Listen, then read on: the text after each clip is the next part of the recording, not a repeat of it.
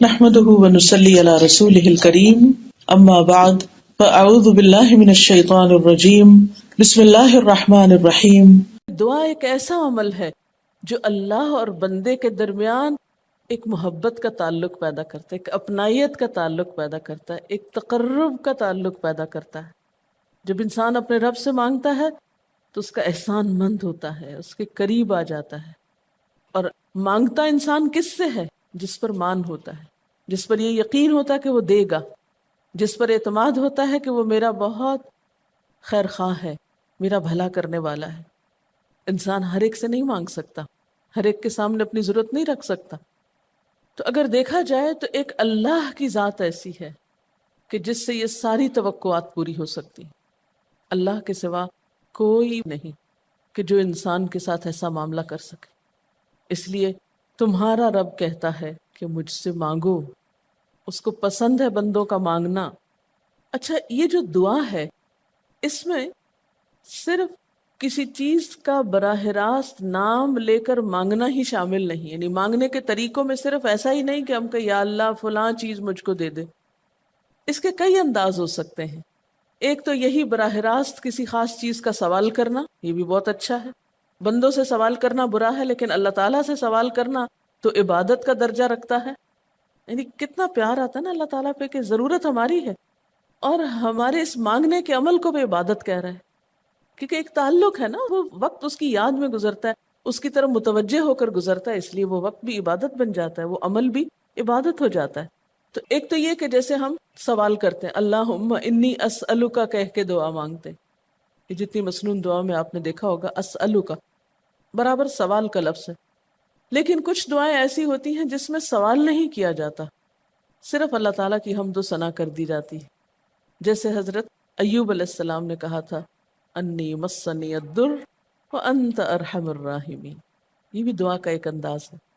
مانگا کچھ بھی نہیں، بس اپنی تکلیف کا اظہار کر دیا اور اللہ تعالیٰ کی حمد و ثنا کر دی، مجھے تکلیف پہنچی ہے اور آپ سب سے بڑھ کے رحم فرمانے والے۔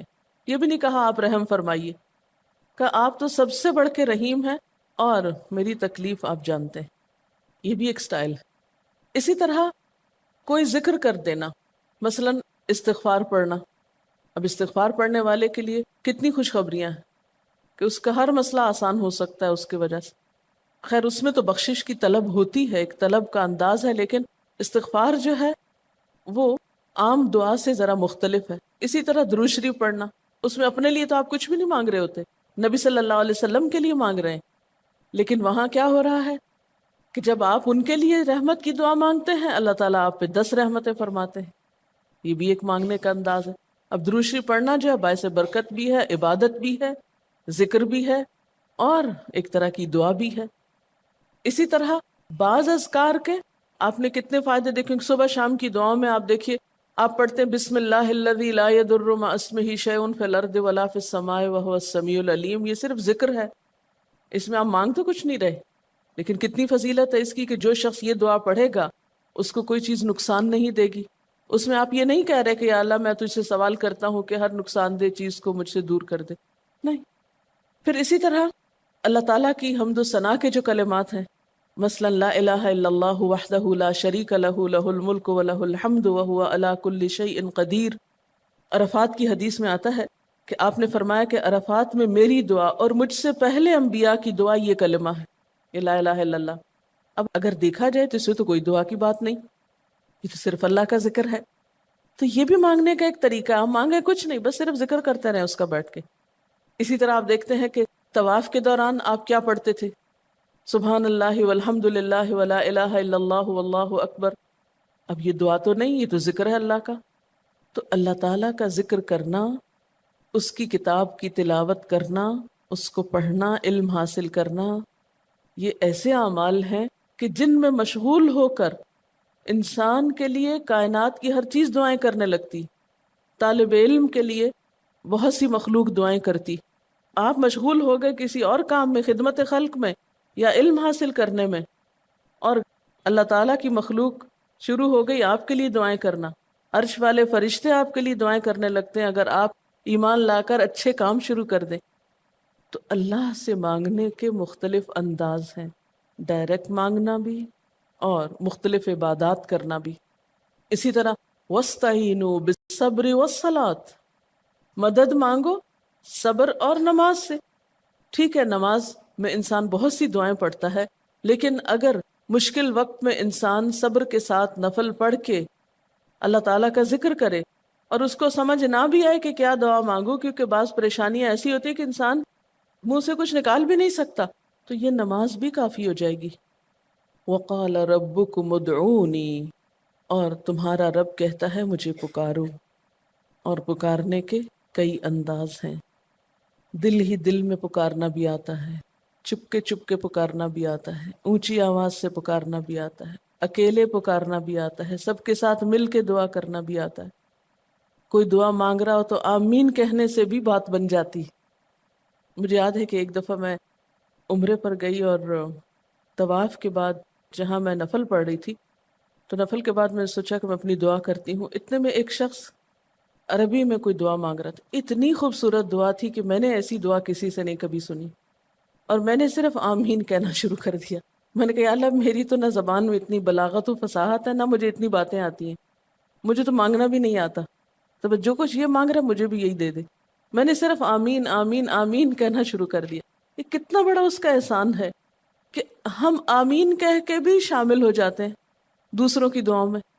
تو اسی لیے دعا کو عبادت کا نچوڑ کہا گیا، کریم، خلاصہ، ساری عبادت کا اوپر کا حصہ. اور ویسے بھی اگر دیکھا جائے تو ہر نماز میں بہت سی دعائیں ہیں. ہر موقع کی اللہ کے رسول صلی اللہ علیہ وسلم نے مختلف طرح کی ہمیں دعائیں سکھائی ہیں. سویرے جو آنکھ کھلتی ہے، سویرے کے اگر آدھی رات کو بھی کھلتی ہے، اس کی بھی دعا ہے. اس وقت سے لے کر کوئی کام ایسا نہیں دین کا یا دنیا کا، اچھا یا برا، جس کے لیے کوئی نہ کوئی دعا نہ موجود ہو. یعنی اتنا خوبصورت عمل ہے دعا مانگنا کہ جس کے لیے کسی خاص چیز کی قید بھی نہیں کہ کہیں بند کے بیٹھو تو ہی مانگو، کہیں پہنچو تو مانگو. نہیں، کہیں بھی مانگو، دن کو مانگو یا رات کو مانگو، کھڑے ہو کے مانگو یا بیٹھ کے مانگو، چلتے پھرتے مانگو یا چپ کے مانگو، منہ سے بولو بھی نہیں اور دل ہی دل میں مانگو تو بھی وہ سن لیتا ہے. کسی بھی طرح مانگ سکتے ہو، کہیں بھی مانگ سکتے، کچھ بھی مانگ سکتے ہو. اس لیے وَقَالَ رَبُّكُمُ ادْعُونِي أَسْتَجِبْ لَكُمْ، تمہارا رب کہتا ہے مجھ سے مانگو، میں تمہاری دعا قبول کروں گا. اور آپ کو پتہ ہے کہ ربکم یہ صرف مسلمانوں کا رب نہیں، رب تو ساری مخلوق کا ہے. کافر کا رب بھی وہی ہے، خواہ وہ مانے یا نہ مانے. اس لیے قبولیت دعا کے لیے مسلمان ہونا بھی شرط نہیں. اگر کوئی کافر بھی اللہ کو پکارتا ہے، اپنے رب کو پکارتا ہے، تو وہ اس کی بھی سنتا ہے. اور خصوصاً اگر وہ مظلوم ہو، کسی نے اس پہ ظلم کیا ہو، تو وہ فریاد فوراً اوپر پہنچتی ہے، خواہ وہ مسلمان نہ بھی ہو. اس لیے یہ جو دعائیں ہیں یہ آپ سب کو بتا سکتے ہیں، مسلمز، نان مسلم، سب کو سکھا سکتے ہیں، تاکہ وہ اپنے رب کو پکارے اور رب ان کو ہدایت دے. اور پھر آپ دیکھیں گے کہ دعا کے ذریعے جو اللہ تعالیٰ پر اعتماد بیٹھتا ہے، اور اگر وہ خصوصاً یہ کہ جلدی قبول ہو جائے، تو اس وقت جو ایک خصوصی شکر کی کیفیت آتی ہے. لیکن یہ کہ مایوس نہیں ہونا.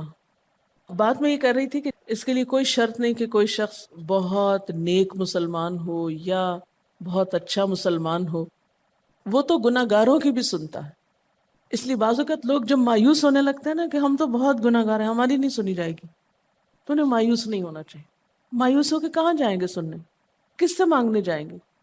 ان کو بھی پکارنا چاہیے، خواہ کوئی کیسے بھی گناہ میں ڈوبا ہوا، کیسی بھی حالت میں ہو، اور اس کے لیے بھی مانگنا چاہیے.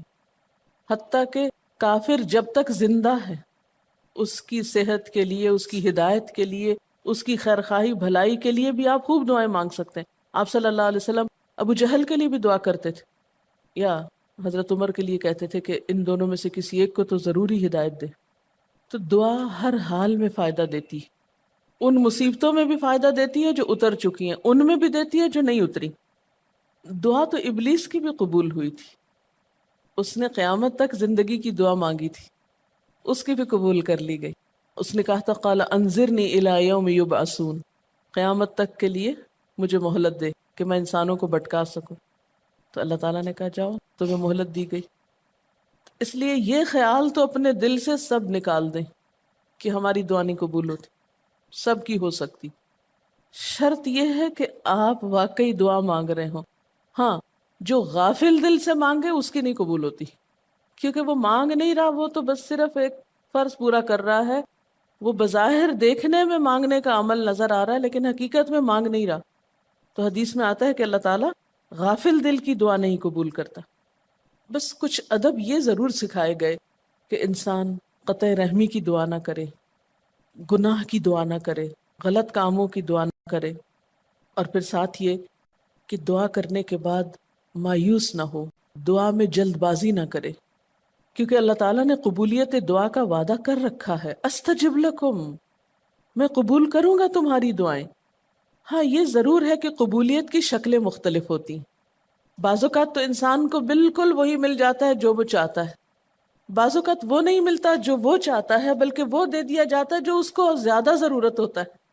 یعنی ہمارا تو علم اتنا محدود ہے نا، ہم ایک چیز مانگ رہے ہوتے ہیں جو ہمارے حق میں کوئی زیادہ اچھی نہیں ہوتی. اللہ تعالیٰ ہمارے لیے ہم سے بڑھ کر مہربان ہے، وہ ہمیں وہ نہیں دیتا بلکہ وہ دیتا ہے جو ہمیں اس سے زیادہ فائدہ دے سکتا ہے. اگر آپ اپنی گزشتہ زندگی کی دعاؤں پہ ایک نظر ڈالیں تو ہم کتنی چھوٹی چھوٹی چیزیں مانگتے رہے ہیں اور اللہ تعالیٰ نے ہمیں اس سے بڑھ کر عطا کیا ہے.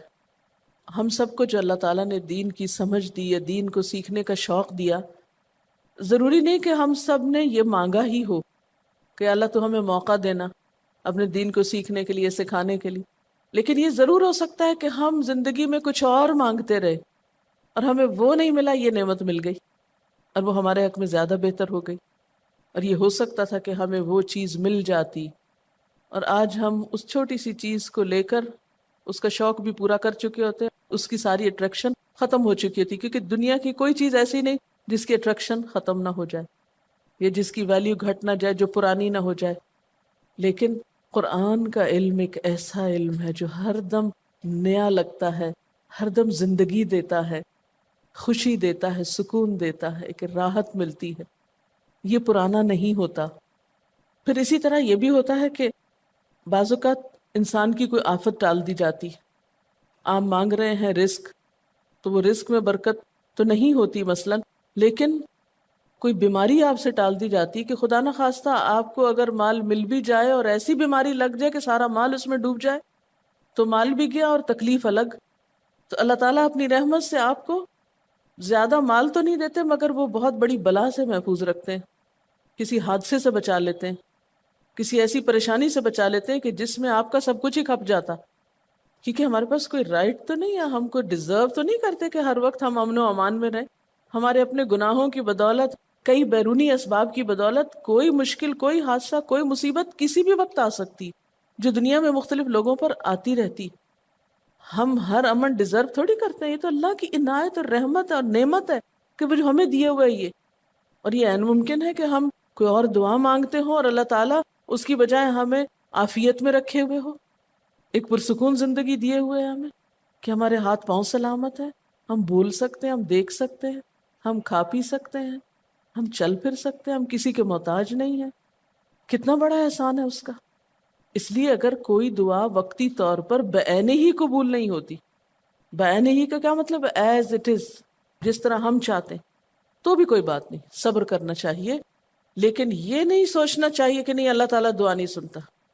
ایک اور جگہ پر بھی فرمایا وَإِذَا سَأَلَكَ عِبَادِي عَنِّي فَإِنِّي قَرِيبٌ أُجِيبُ دَعْوَةَ الدَّاعِ إِذَا دَعَانِ فَلْيَسْتَجِيبُوا لِي وَلْيُؤْمِنُوا بِي لَعَلَّهُمْ يَرْشُدُونَ. جب میرے بندے آپ سے میرے بارے میں سوال کریں تو آپ بتا دیجئے کہ میں قریب ہوں، بہت قریب ہوں. اجیب دعوت الداعی، میں پکارنے والے کی پکار کا جواب دیتا ہوں. استجب لکم، قبول کرتا ہوں. یہ ایسے دل کے بہلانے کے لیے نہیں کہا گیا، یہ حقیقت ہے، یہ سچ ہے.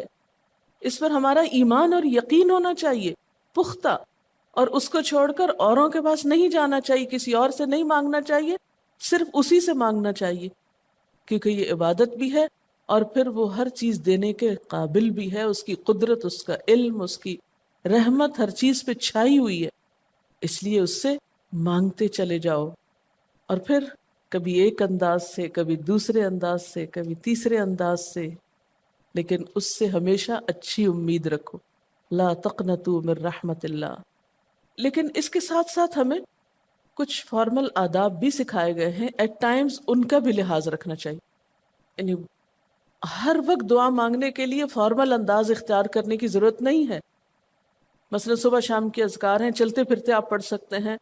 اب مثلا باتھ روم میں داخل ہونے کی دعا ہے تو اب آپ پہلے سے تسبیح اور درود شریف تو نہیں اس کے پڑھیں گے، یا نکل کے وہ ساری فارمیلٹیز تو نہیں پوری کریں گے جو دعا کے اول آخر کی جاتی ہیں عموماً جو فارمل دعا مانگی جاتی. تو ایٹ ٹائمز آپ بس ڈائریکٹ دعا مانگ لیں، ایٹ ٹائمز آپ پوری فارمیلٹیز کے ساتھ مانگ لیں. اور اس میں آپ دیکھیے کہ فارمل دعا مانگنے کا طریقہ کیا ہے کہ اللہ تعالیٰ کی حمد و ثنا سے شروع کیا جائے، نبی صلی اللہ علیہ وسلم پر درود بھیجا جائے. پھر اسی طرح یہ ہے کہ دعا میں عاجزی ہونی چاہیے، مانگنے کا انداز غالب ہونا چاہیے. شعر کے انداز میں یا چیخ چلا کے دعا نہیں مانگنی چاہیے، یا تقریر کے انداز میں دعا نہیں مانگنی چاہیے. امید اور خوف کے درمیان اعتدال کے ساتھ. پھر اسی طرح یہ کہ دعا میں مبالغہ آرائی نہیں کرنی چاہیے. پھر اسی طرح کچھ چیزیں ایسی ہیں کہ جن کا اگر اہتمام کبھی ہو سکے کبھی کبھار تو بہت اچھا ہے، اور خصوصی جو قبولیت کے اوقات ہیں ان کا لحاظ رکھتے ہوئے ان مواقع سے فائدہ اٹھانا چاہیے. مثلا رات کے تیسرے حصے میں یعنی سحر کے وقت. پھر اسی طرح اذان اور اقامت کے درمیان، صف میں کھڑے ہو کر، صدقہ کرنے کے بعد، کوئی بھی نیکی کا کام کرنے کے بعد، عصر کی آخری گھڑی میں، جمعے کے دن ایک خاص گھڑی میں، سجدے میں دعا، رات کو آنکھ کھل جانے پہ دعا، امر بالمعروف اور نہی عن المنکر کے بعد دعا، تلاوت قرآن کے بعد دعا، عرفہ کے دن کی دعا، رمضان کے مہینے میں خصوصاً روزہ افطار کرتے وقت دعا، پھر عادل امام کی دعا، مسافر کی دعا، بارش کے وقت کی جانے والی دعا. یہ خاص قبولیت کے اوقات اور اسباب ہیں. پھر التحیات اور درود شریف کے بعد کی جو دعا ہے جو ہم بیٹھ کے نماز کے آخر میں پڑھتے ہیں، یہ بھی صرف رب جعلنی تک ہی نہیں بلکہ اس سے زیادہ دعائیں بھی ہیں. پھر اسی طرح جب اللہ تعالیٰ پر بہت پیار آ رہا ہو، بہت دل اس کی طرف متوجہ ہو، کیونکہ اللہ تعالیٰ غافل دل کی دعا نہیں سنتے، تو جب دل بہت متوجہ ہو تو فوراً دعا کے بھی فائدہ اٹھا لیں. اسی طرح اضطراری کیفیت میں، بہت بے چینی کے وقت، جب کچھ سمجھ میں نہ آ رہا ہو، بیماری کے وقت، پھر اسی طرح سفر کے وقت، پھر اولاد کی دعا ماں باپ کے لیے، ماں باپ کی دعا اولاد کے لیے، استاد کی دعا شاگردوں کے لیے، شاگردوں کی دعا استاد کے لیے. اور جب دعا مانگے تو انداز کیا ربنا اغفر لی ولوالدی وللمؤمنین، اپنی ذات سے شروع کر کے والدین یا قریبی لوگوں کے بعد پھر سب کے لیے عام دعا. پھر اسی طرح وضو کے بعد کی دعا، کعبہ کو دیکھتے وقت جب پہلی نظر سے دیکھیں، پھر حتیم کے اندر، پھر سعی اور طواف کرتے وقت دعائیں پڑھنا، پھر مزدلفہ میں. لیکن یاد رکھیے کہ ان قبولیت کے خاص مواقع اور مقامات کے علاوہ دعا تو کسی بھی وقت کی جا سکتی اور کوئی بھی گھڑی قبولیت کی گھڑی ہو سکتی. اس لیے ہمیشہ دعا مانگتے وقت یہ یقین رکھیں کہ اللہ تعالیٰ قبول کرے گا. مایوسی کے ساتھ دعا نہ ہو، کیونکہ جتنی ہماری دعا کے اندر یقین کی کیفیت ہوگی اتنا ہی انشاءاللہ قبولیت کے چانسز زیادہ ہوں گے.